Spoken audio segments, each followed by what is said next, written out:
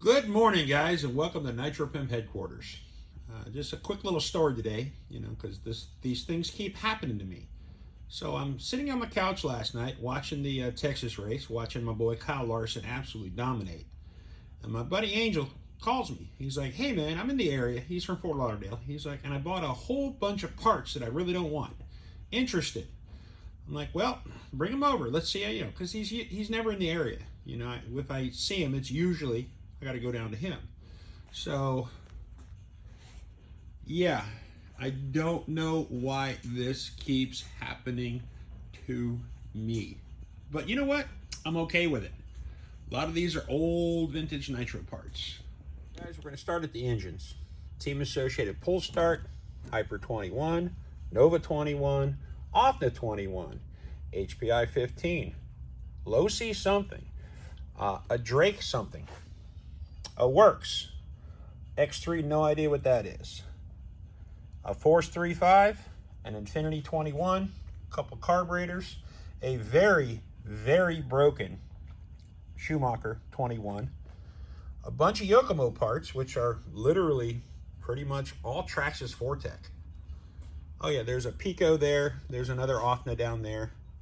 So that basically the motors. I got an entire T-Max. It's 2535 or 33 chassis with the aluminum braces on it.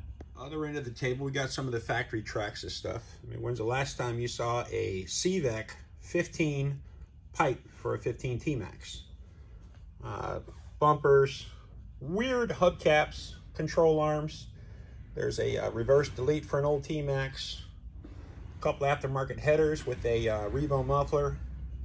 A couple of Hawk front wheels. And Zach Wright, you know what this is. Carbon fiber upper plate. And there's an aluminum upper plate for it. And a whole bunch of GS stuff. GS is General Silicone, but they were kind of like, they made parts for everybody.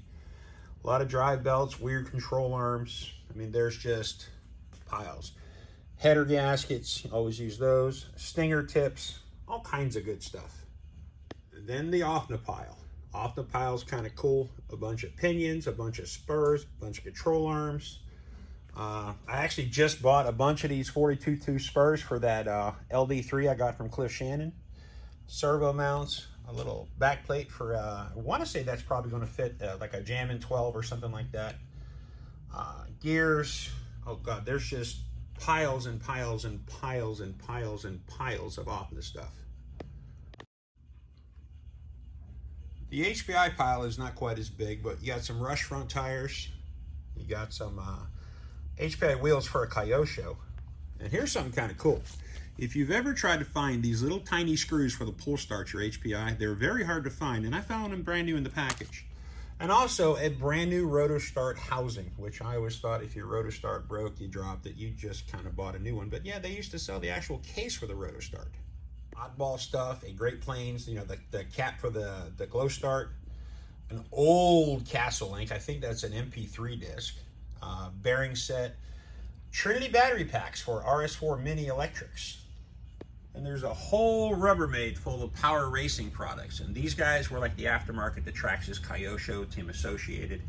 I went through some of this stuff. There's a lot of Fortec control arms, bulkheads, bumpers, spurt gears. There's all kinds of good stuff in here. And guys, as time permits, we're going to get in here and we are literally going to go through a whole bag of Kyosho parts and a whole bag of Team Associated parts. I just don't have the time right now. I got to get my shop open.